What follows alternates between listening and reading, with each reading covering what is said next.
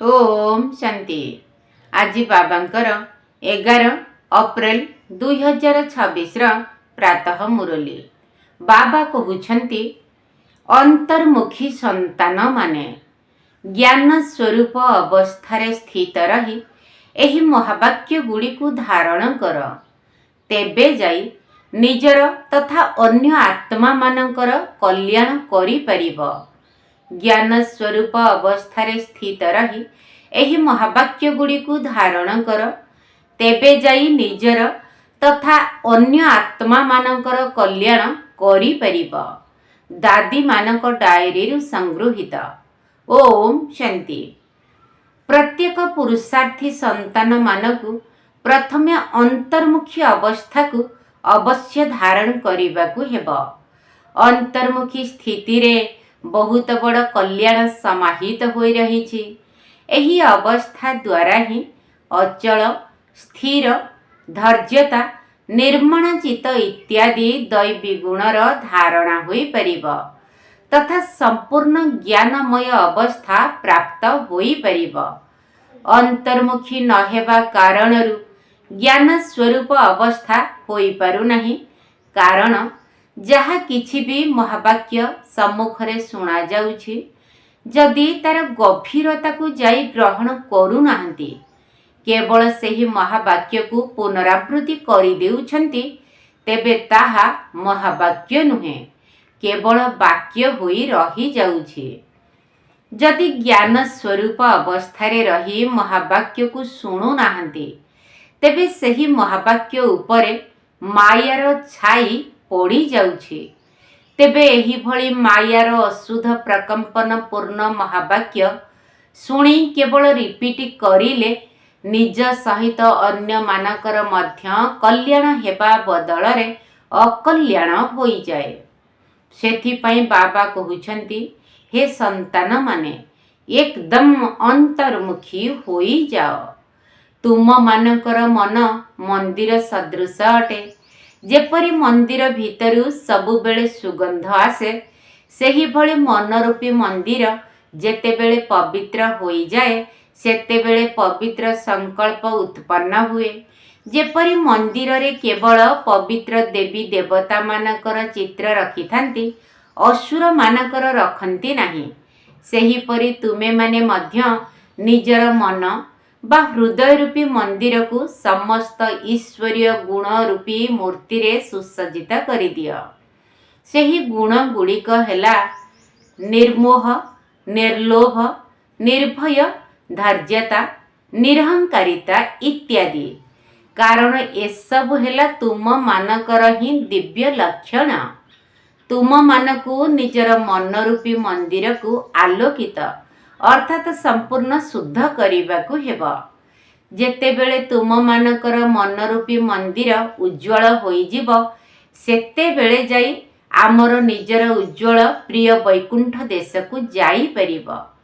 तेणु एबे तुम मानकु निजर मन को उज्ज्वल करिवार प्रयत्न करिबाकु हेबो तथा मन सहित निजर विकारी कर्मेंद्रिय गुड़ी को वशीभूत करिबाकु हेबो। एक कथा केवल निज पाई ही नुहे, परंतु अन्य मानक पाई मध्य एही सेवा करिबाकु हेबो। वास्तव रे सेवार अर्थ बहुत सूक्ष्म एवं बहुत गहन। एपरि नुहे कहार भूल होई गले केवल सतर्क कराइबार सेवा करिबो, किंतु ना, सेमानकु सूक्ष्म रे निजर जोग शक्तिर प्रकंपन पहुंचाई सेमानकर अशुद्ध संकल्प को भस्म करि देबा, एहा ही सर्वोत्तम सच्चा सेवा अटे। ता सहित निज उपरे मध्य ध्यान देबाकु हेबो। केवल वाणी अथवा कर्मणा नुहे, परंतु जदि मनरे कौनसी अशुद्ध संकल्प उत्पन्न हेउछि, तेबे सेही संकल्पर तरंग सूक्ष्म रे अन्य मानकु प्रभावित करिथाए, जहार बोझ निज ऊपर को आसी थाए एवं सेही बोझ दिन बंधन होई जाए। सेथिपाई संतान माने निजे सावधान होई रुह एवं अन्य मानक प्रति मध्य सेही भली दिव्य सेवा कर। एहा ही तुम सेवाधारी पिला मानकर दिव्य कर्तव्य अटे। एहिभଳି सेवाधारी केबे भी कौनसी सेवा काहाठारु नेबा उचित नुहे। जदिओ केबे अचानक कौनसी भूल होई जाए तेबे निजर बुद्धि जोग बल द्वारा ताकु ठीक करी देबा उचित। एहिभଳି तीव्र पुरुषार्थी माने टिकिए संकेत मिलीगले मध्य अनुभवी होई यथाशीघ्र निजकु परिवर्तन करी नियंती एवं आगकू निज उपरे भल भावरे ध्यान रखी चलती। एहा ही विशाल बुद्धि संतान मानकर कर्तव्य अटे। हे मोर प्राणर प्रिय संतान माने, परमात्मा द्वारा रचित अविनाशी राजस्व अश्वमेध ज्ञान यज्ञ शरीर मन धन को संपूर्ण भावरे स्वाहा करिबार रहस्य बहुत गहन। जेउ मुहूर्तरु तुमे माने कहूछ जे मो शरीर मन धन सहित यज्ञ स्वाहा अर्थात अर्पण करी मरी सारी, सही मुहूर्तरु निजर आउ किछि भी रहिला नाही। ता भितरु मध्य प्रथमे शरीर एवं मन को संपूर्ण रूपे सेवारे लगाइबाकु हेब। जदि सबु किछि यज्ञ अथवा परमात्मा का प्रति स्वाहा करिछ तेबे निजर बोली किछि भी रहिला नाही। धन को मध्य व्यर्थरे खर्च करि परिबा नाही। निजर मन मध्य अशुद्ध संकल्प विकल्प आड़कू जाई परिबा नाही, कारण मन को परमात्मा का पाखरे अर्पण करि देइछ। परमात्मा पिता तो हेउछन्ति शुद्ध शांत स्वरूप, सेथिपाई अशुद्ध संकल्प स्वतः शांत होई जिव। जदि मन को माया हातरे देई देउछ तेबे मायार विभिन्न रूप थिबा कारणरू अनेक प्रकारर विकल्प उत्पन्न करी मन रूपी घोड़ा उपरे बसी जाउछि किए माया। जदि एबे मध्य कहा भितरे संकल्प विकल्प चालुछि तेबे बुझी नेबा दरकार जे मन को एपर्यंत संपूर्ण रूपे स्वाहा करी नाहंती, अर्थात मन ईश्वराभिमुखी होई नाही। सेथिपाई हे सर्वत्यागी पिला माने एही गुह्य रहस्य को जानी कर्म कर एवं साक्षी होई निजकू देख। बहुत सावधानता पूर्वक चल, ज्ञान मार्ग खंडाधार। तेणु बाबा कहउचंती बहुत ध्यान पूर्वक एथिरे पाद पकाओ। निजे गोपी बल्लभ एठाकू आसी निजर प्रिय गोप गोपी मानकू बुझाउछंती, कहउछंती तुम मानकर वास्तविक सच्चा प्रेम कौन। हे मोर प्राण प्रिय संतान माने, तुम मानकू परस्पर शिक्षा एवं सावधानता को स्वीकार करिबाकू हेब। कारण फूल गछटी जेते प्रिय होई थाए तार पालना मध्य सेतिकी श्रेष्ठ रीति रे करा जाए। फूल को मूल्यवान करिबा पाई माली को कंटारू अलगा करिबाकू ही पड़ी थाए। सेहीपरि तुम मानक मध्य जेतेबेले केही सतर्क कराई देउछि तेबे बुझी नेबा दरकार जे सीए जेपरि मोते पालना देउछंती, अर्थात मोर सेवा करुछंती, सेही सेवा अथवा पालना को सम्मान देबाकू हेब। एहा हेउछि संपूर्ण हेबार उपाय। एहा ही ज्ञानयुक्त आंतरिक सच्चा स्नेह अटे। एही दिव्य स्नेहरे परस्पर प्रति सम्मान देबा आवश्यक। प्रत्येक कथारे प्रथमे निजको सावधान करिबाकू हेब। एहा ही निर्माणचित अति मधुर अवस्था अटे। एही भଳି प्रेम पूर्वक चालिबा द्वारा तुम मानकू जेपरि सत्य जुगर सही सुखमय दिनर अनुभव हेब। सेठारे तो स्नेह स्वाभाविक रही थाए, किंतु संगम जुगर सुखमय समय रे परस्पर सेवा करिबार एहा अति मिठा रमणीक प्रेम अटे। एही मिठा प्रेमर गायन मध्य सारा जगत रे हेउछि। तुम भଳି प्रत्येक चैतन्य फूल मानकू सबुबेले हर्षित होई रहिबाकू हेब, कारण तुमे माने एबे निश्चय बुद्धि होइछ। तेणु तुमर शिरा प्रशिरा रे संपूर्ण ईश्वरीय शक्ति अंतर्निहित होई रहिछि। एही भଳି आकर्षण करिबार शक्ति निजर दिव्य चमत्कार निश्चित देखा जाई थाए। जेपरि निर्दोष छोट पिला शुद्ध पवित्र होइथिबा कारणरू ସଦା ସର୍ବଦା ହସୁଥାନ୍ତି ଏବଂ ନିଜର ରମଣୀକ ଚରିତ୍ର ଦ୍ୱାରା ସମସ୍ତଙ୍କୁ ଆକର୍ଷିତ କରିଥାନ୍ତି। ସେହିପରି ତୁମମାନଙ୍କର ମଧ୍ୟ ଈଶ୍ୱରୀୟ ରମଣୀକ ଜୀବନ ହେବା ଆବଶ୍ୟକ। ସେଥିପାଇଁ ତୁମମାନଙ୍କୁ କୌଣସି ବି ଉପାୟରେ ନିଜର ଆସୁରୀ ସ୍ୱଭାବ ଉପରେ ବିଜୟ ପ୍ରାପ୍ତ କରିବାକୁ ହେବ। ଯେତେବେଳେ ବି କାହାକୁ ଦେଖୁଛ ଯେ ଇଏ କ୍ରୋଧ ବିକାରର ବଶୀଭୂତ ହୋଇ ମୋ ସାମ୍ନାକୁ ଆସୁଛି, ତେବେ ତାଙ୍କ ସାମ୍ନାରେ ଜ୍ଞାନ ସ୍ୱରୂପ ହୋଇ ନିର୍ବୋଧ ବାଳକ ସମାନ ହସୁଥାଅ। ତେବେ ସିଏ ଶାନ୍ତଚିତ ହୋଇଯିବ, ଅର୍ଥାତ୍ ବିସ୍ମୃତିରୁ ସ୍ମୃତି ସ୍ୱରୂପକୁ ଆସିଯିବ। ଯଦିଓ ସେହି ଆତ୍ମାକୁ ଜଣାପଡ଼ିବ ନାହିଁ, କିନ୍ତୁ ସୂକ୍ଷ୍ମ ରୂପରେ ତା ଉପରେ ବିଜୟୀ ହୋଇ ମାଲିକ ହୋଇଯିବା, ଏହା ହିଁ ମାଲିକ ତଥା ବାଳକ ହେବାର ସର୍ବୋଚ୍ଚ ଶିରୋମଣି ବିଧି ଅଟେ। ଯେପରି ଈଶ୍ୱର ହେଉଛନ୍ତି ସମ୍ପୂର୍ଣ୍ଣ ଜ୍ଞାନର ସ୍ୱରୂପ ଏବଂ ସମ୍ପୂର୍ଣ୍ଣ ପ୍ରେମର ସ୍ୱରୂପ, ଈଶ୍ୱରଙ୍କ ଭିତରେ ଦୁଇଟି ଯାକ ଗୁଣ ସମାହିତ ହୋଇ ରହିଛି। କିନ୍ତୁ ପ୍ରଥମେ ହେଲା ଜ୍ଞାନ ଏବଂ ଦ୍ୱିତୀୟରେ ହେଲା ପ୍ରେମ। ଯଦି କେହି ପ୍ରଥମେ ଜ୍ଞାନ ସ୍ୱରୂପ ନ ହୋଇ କେବଳ ପ୍ରେମ ସ୍ୱରୂପ ହୋଇଯିବେ, ତେବେ ସେହି ପ୍ରେମ ଅର୍ଥାତ୍ ସ୍ନେହ ମନ ଭିତରେ ଅଶୁଦ୍ଧତା ଉତ୍ପନ୍ନ କରିଦେବ, ଅର୍ଥାତ୍ ଅପବିତ୍ରତା ଉତ୍ପନ୍ନ କରିଦେବ।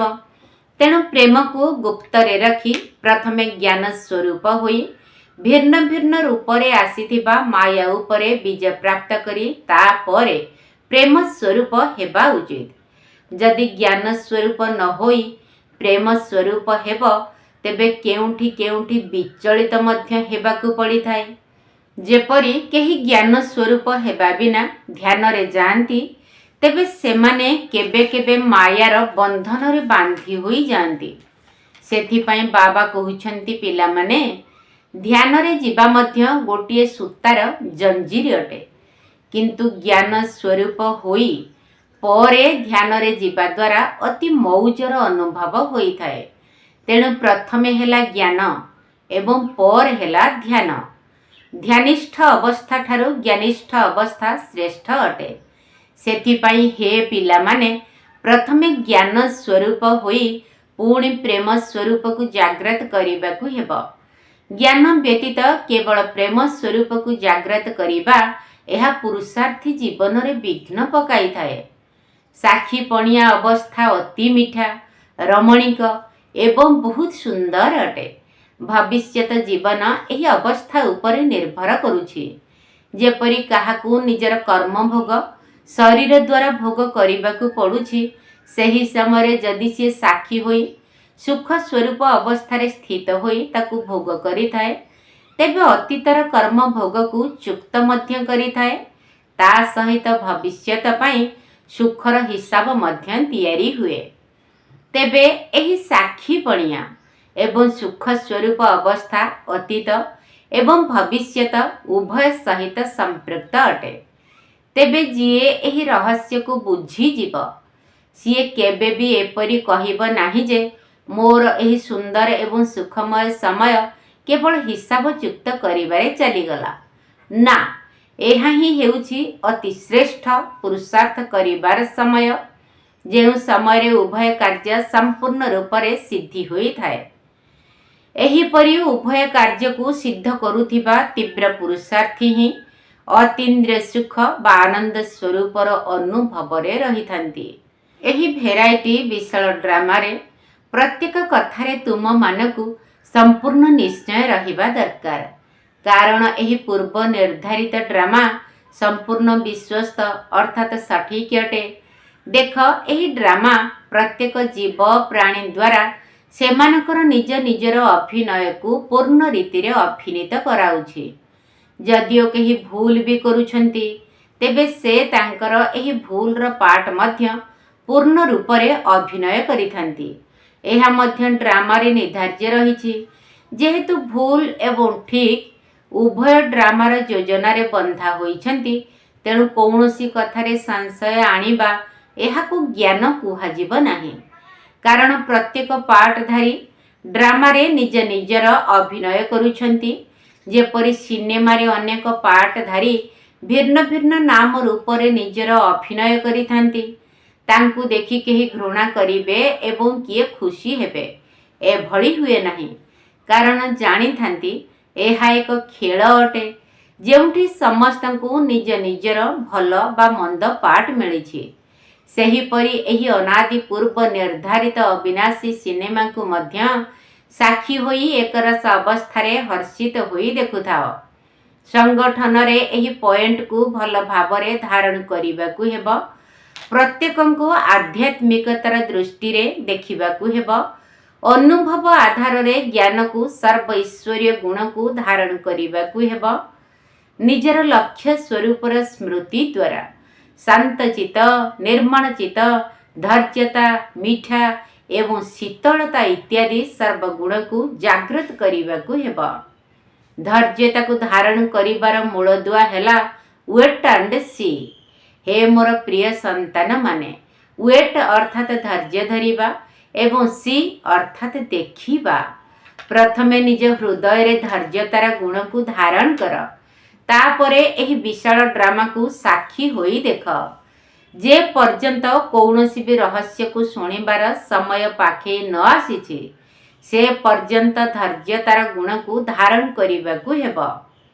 ସମୟ ଅନୁସାରେ ଧୈର୍ଯ୍ୟତାର ସହିତ ରହସ୍ୟକୁ ଶୁଣିଲେ କେବେ ବି ବିଚଳିତ ହେବ ନାହିଁ।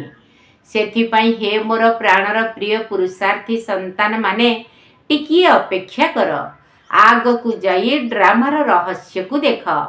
ଏହି ଧୈର୍ଯ୍ୟତାର ସ୍ଥିତି ଦ୍ୱାରା ହିଁ ସବୁ କର୍ତ୍ତବ୍ୟ ସମ୍ପୂର୍ଣ୍ଣ ରୂପରେ ସିଦ୍ଧ ହୋଇଥାଏ। ଏହି ଗୁଣ ନିଶ୍ଚୟ ସହିତ ବାନ୍ଧି ହୋଇ ରହିଛି।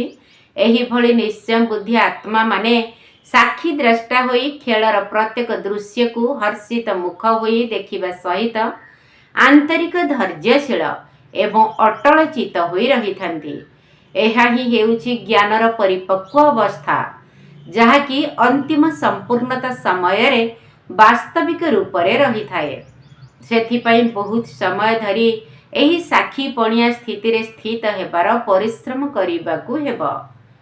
ଯେପରି ନାଟକରେ ଅଭିନେତାମାନଙ୍କୁ ମିଳିଥିବା ଅଭିନୟକୁ ପୂର୍ଣ୍ଣ ରୂପରେ ପ୍ରଦର୍ଶନ କରିବା ପାଇଁ ପୂର୍ବରୁ ହିଁ ଅଭ୍ୟାସ କରିବାକୁ ପଡ଼ିଥାଏ, ସେହିପରି ତୁମ ପ୍ରିୟ ଫୁଲମାନଙ୍କୁ ମଧ୍ୟ ଆଗକୁ ଆସୁଥିବା କଠିନ ପରୀକ୍ଷାରେ ଯୋଗ ବଳ ଦ୍ୱାରା ଉତ୍ତୀର୍ଣ୍ଣ ହେବା ପାଇଁ ପୂର୍ବରୁ ଅଭ୍ୟାସ ନିଶ୍ଚିତ କରିବାକୁ ପଡ଼ିବ। କିନ୍ତୁ ଯଦି ବହୁତ ସମୟର ପୁରୁଷାର୍ଥ କରିନଥିବ, ତେବେ ସେ ସମୟରେ ଧୈର୍ଯ୍ୟହରା ହୋଇ ଫେଲ୍ ହୋଇଯିବ। ସେଥିପାଇଁ ପ୍ରଥମରୁ ନିଜର ଈଶ୍ୱରୀୟ ମୂଳଦୁଆ ପକ୍କା କରି ଦୈବୀ ଗୁଣଧାରୀ ହେବାକୁ ପଡ଼ିବ। ଜ୍ଞାନ ସ୍ୱରୂପ ସ୍ଥିତିରେ ସ୍ଥିତ ହେବା ଦ୍ୱାରା ଶାନ୍ତ ସ୍ୱରୂପ ଅବସ୍ଥା ସ୍ୱତଃ ଆସିଯିବ। ଯେତେବେଳେ ଜ୍ଞାନୀତ୍ୱ ଆତ୍ମାମାନେ ଏକାଠି ବସି ମୁରଲୀ ଶୁଣନ୍ତି, ସେତେବେଳେ ଚତୁର୍ଦିଗରେ ଶାନ୍ତିର ବାତାବରଣ ଖେଳିଯାଏ। କାରଣ ସେମାନେ ଯେତେବେଳେ କୌଣସି ବି ମହାବାକ୍ୟ ଶୁଣିଥାନ୍ତି, ଅନ୍ତରର ସହିତ ଜ୍ଞାନର ଗଭୀରତାକୁ ଚାଲି ଯାଆନ୍ତି। ଜ୍ଞାନର ଗଭୀରତାକୁ ଯିବା କାରଣରୁ ସେମାନଙ୍କୁ ଆନ୍ତରିକ ଶାନ୍ତିର ମଧୁର ଅନୁଭୂତି ହୋଇଥାଏ। ତେବେ ସେଥିପାଇଁ ଖାସ୍ କୌଣସି ସ୍ଥାନରେ ବସି ପରିଶ୍ରମ କରିବାକୁ ପଡ଼ିବ ନାହିଁ। କିନ୍ତୁ ଜ୍ଞାନଯୁକ୍ତ ସ୍ଥିତିରେ ସ୍ଥିତ ରହିବା ଦ୍ୱାରା ଏହି ଗୁଣ ସ୍ୱତଃ ଏବଂ ଅଚାନକ ଭାବେ ଆସିଯାଏ।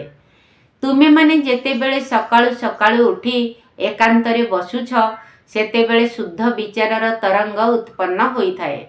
କିନ୍ତୁ ସେଥିପାଇଁ ବହୁତ ଉପରାମ ଅବସ୍ଥା ହେବା ଦରକାର।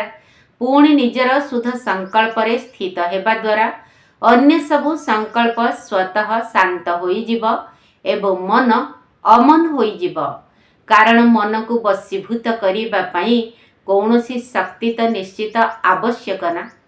ସେଥିପାଇଁ ପ୍ରଥମେ ନିଜର ଲକ୍ଷ୍ୟ ସ୍ୱରୂପର ଶୁଦ୍ଧ ସଂକଳ୍ପକୁ ଧାରଣ କର।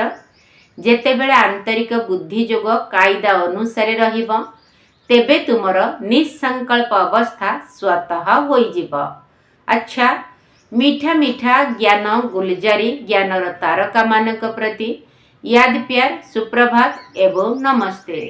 ଆମ ଆତ୍ମିକ ସନ୍ତାନମାନଙ୍କର ଆତ୍ମିକ ବାପ ଦାଦାଙ୍କୁ ୟାଦ ପ୍ୟାର, ଗୁଡ୍ ମର୍ଣ୍ଣିଂ ଏବଂ ନମସ୍ତେ ନମସ୍ତେ ନମସ୍ତେ ସୁପ୍ରଭାତ। ଧାରଣା ପାଇଁ ମୁଖ୍ୟ ସାର। ପ୍ରଥମ ପଏଣ୍ଟ, ନିଜର ଲକ୍ଷ୍ୟ ସ୍ୱରୂପର ସ୍ମୃତି ଦ୍ୱାରା ଶାନ୍ତଚିତ, ନିର୍ମାଣଚିତ, ଧୈର୍ଯ୍ୟଶୀଳ, ମଧୁରତା, ଶୀତଳତା ଆଦି ସମସ୍ତ ଦୈବୀ ଗୁଣକୁ ଧାରଣ କରିବାକୁ ହେବ। ନିଜର ଲକ୍ଷ୍ୟ ସ୍ୱରୂପର ସ୍ମୃତି ଦ୍ୱାରା ଶାନ୍ତଚିତ, ନିର୍ମାଣଚିତ, ଧୈର୍ଯ୍ୟଶୀଳ, ମଧୁରତା, ଶୀତଳତା ଆଦି ସମସ୍ତ ଦୈବୀ ଗୁଣକୁ ଧାରଣ କରିବାକୁ ହେବ। ଦ୍ୱିତୀୟ ପଏଣ୍ଟ, ନିଶ୍ଚୟ ବୁଦ୍ଧି ସାକ୍ଷୀଦ୍ରଷ୍ଟା ହୋଇ ଏହି ଖେଳକୁ ହର୍ଷିତ ଚେହେରା ଦ୍ୱାରା ଦେଖି ଆନ୍ତରିକ ଭାବରେ ଧୈର୍ଯ୍ୟଶୀଳ ଏବଂ ଅଚଳ ମନା ହୋଇ ରହିବାକୁ ହେବ। ଅଧିକରୁ ଅଧିକ ସମୟ ସାକ୍ଷୀପଣିଆ ଅବସ୍ଥାରେ ସ୍ଥିତ ହୋଇ ରହିବାର ପରିଶ୍ରମ କରିବାକୁ ହେବ। ନିଶ୍ଚୟ ବୁଦ୍ଧି ସାକ୍ଷୀଦ୍ରଷ୍ଟା ହୋଇ ଏହି ଖେଳକୁ ହର୍ଷିତ ଚେହେରା ଦ୍ୱାରା ଦେଖି ଆନ୍ତରିକ ଭାବରେ ଧୈର୍ଯ୍ୟଶୀଳ ଏବଂ ଅଚଳ ମନା ହୋଇ ରହିବାକୁ ହେବ। ଅଧିକରୁ ଅଧିକ ସମୟ ସାକ୍ଷୀପଣିଆ ଅବସ୍ଥାରେ ସ୍ଥିତ ହୋଇ ରହିବାର ପରିଶ୍ରମ କରିବାକୁ ହେବ। ବରଦାନ, ଗୋଟିଏ ହିଁ ରାସ୍ତା ଏବଂ ଗୋଟିଏ ହିଁ ରିସ୍ତା ଅର୍ଥାତ୍ ସମ୍ବନ୍ଧ ରଖୁଥିବା ସମ୍ପୂର୍ଣ୍ଣ ଫରିସ୍ତା ହୁଅ। ଗୋଟିଏ ହିଁ ରାସ୍ତା ଏବଂ ଗୋଟିଏ ହିଁ ରିସ୍ତା ଅର୍ଥାତ୍ ସମ୍ବନ୍ଧ ରଖୁଥିବା ସମ୍ପୂର୍ଣ୍ଣ ଫରିସ୍ତା ହୁଅ। ନିରାକାର ବା ସାକାର ରୂପରେ ବୁଦ୍ଧିର ସଙ୍ଗ ବା ସମ୍ବନ୍ଧ ଏକମାତ୍ର ବାବାଙ୍କ ସହିତ ଯଦି ଦୃଢ଼ ଭାବରେ ରହିବ ତେବେ ଫରିସ୍ତା ହୋଇଯିବ। ଯେଉଁମାନଙ୍କର ସର୍ବ ସମ୍ବନ୍ଧ ଅର୍ଥାତ୍ ସର୍ବରିସ୍ତା କେବଳ ଜଣଙ୍କ ସାଥିରେ ରହିଥିବ ସେହିମାନେ ହିଁ ସଦା ଫରିସ୍ତା ଅଟନ୍ତି। ଯେପରି ସରକାର ରାସ୍ତାରେ ବୋର୍ଡ଼ ଲଗାଇ ଦେଇଥାନ୍ତି କି ଏହି ରାସ୍ତା ବନ୍ଦ ଅଛି, ସେହିଭଳି ତୁମେମାନେ ମଧ୍ୟ ସବୁ ରାସ୍ତା ବନ୍ଦ କରିଦିଅ, ତାହେଲେ ବୁଦ୍ଧି ଆଉ ଏଣେ ତେଣେ ଭଟକିବ ନାହିଁ। ବାପ ଦାଦା ମଧ୍ୟ ଏହି ନିର୍ଦ୍ଦେଶ ଦେଉଛନ୍ତି ଯେ ପ୍ରଥମେ ସବୁ ରାସ୍ତା ବନ୍ଦ କର, ଏହାଦ୍ୱାରା ସହଜରେ ଫରିସ୍ତା ହୋଇଯିବ। ସ୍ଲୋଗାନ, ସର୍ବଦା ସେବାର ଉମଙ୍ଗ ଉତ୍ସାହରେ ରହିବା, ଏହା ହିଁ ହେଉଛି ମାୟାଠାରୁ ସୁରକ୍ଷିତ ରହିବାର ଆଧାର।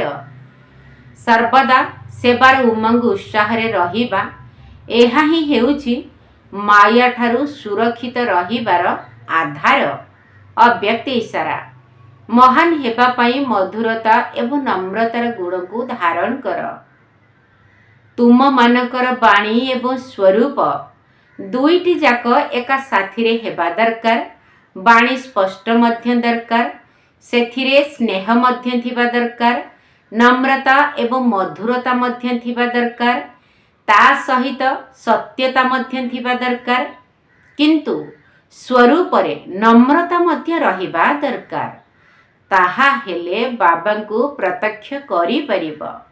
ନିର୍ଭୟ ହୁଅ, କିନ୍ତୁ ବାଣୀ ମର୍ଯ୍ୟାଦାର ସୀମା ଭିତରେ ରହିବା ଦରକାର। ଯଦି ଏହି ଦୁଇଟି ଯାକର ସନ୍ତୁଳନ ରହିବ ତେବେ ଯାଇ କମାଲ ଦେଖିବାକୁ ମିଳିବ। ତାପରେ ତୁମର ଶବ୍ଦ କଡ଼ା ନୁହେଁ, ମିଠା ଅନୁଭବ ହେବ। ଆଚ୍ଛା, ଓମ୍ ଶାନ୍ତି। ଓ ମଧୁବନକୁ ମୁହିଁ ଯେବେ ଆସିଲି, ବାବା କେବେ କହିଲନି ରହିଯା ବୋଲି। ତୋ ମଧୁବନକୁ ମୁହିଁ ଯେବେ ଆସିଲି, ବାବା କେବେ କହିଲନି ରହିଯା ବୋଲି, ରହିଯା ବୋଲି। ସେବାର ସୁଯୋଗ ମୁହିଁ ଅଳ୍ପ ପାଇଲି, ସେବାର ସୁଯୋଗ ମୁହିଁ ଅଳ୍ପ ପାଇଲି। କହିଲନି ଆଉ ସେବା କର ବୋଲି।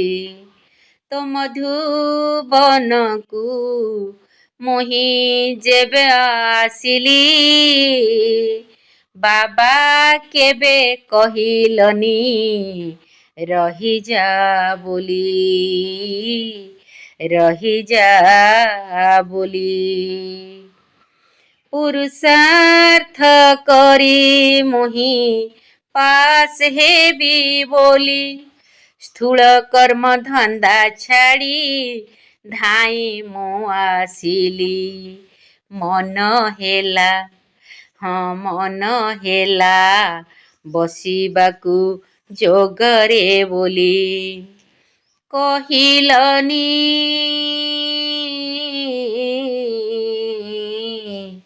କହିଲନି କମରାରେ ବସ ବୋଲି।